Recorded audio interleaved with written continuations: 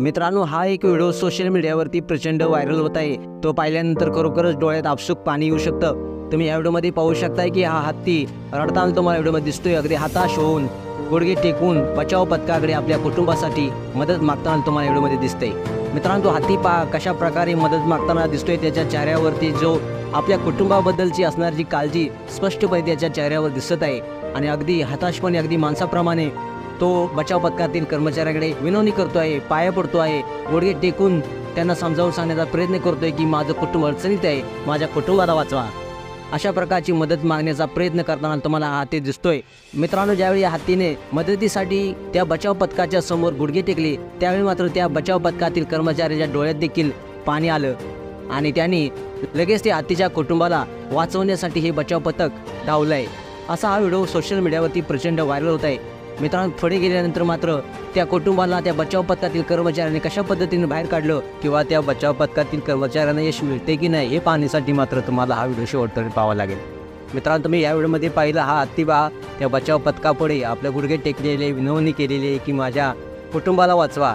आणि काही क्षणानंतर मात्र हे बचाव पथक हे तिथे खड्ड्यामध्ये त्या पाण्यामध्ये त्या दलदलीमध्ये सापडलेल्या त्या कुटुंबाला वाचवण्यासाठीच हे बचाव पथक हे तिथे गेलेलंच तुम्हाला व्हिडिओमध्ये दिसतंय।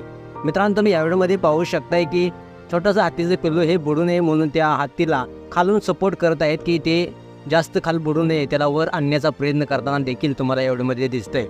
मित्रांनो, खरोखरच प्राणी जरी मुकी असले तरी त्यांच्या भावना हे आपल्या परिवारासोबतच्या ज्या जोडल्या गेलेल्या असतात तशा माणसाच्या जोडलेल्या असतात। त्याप्रमाणे त्यांचा देखील एक परिवार असतो। त्या पद्धतीनं त्यानं आपल्या परिवारासाठी तो मदत मागताना आपण त्या बचाव पथकाकडे त्या हत्तीला पाहिलं।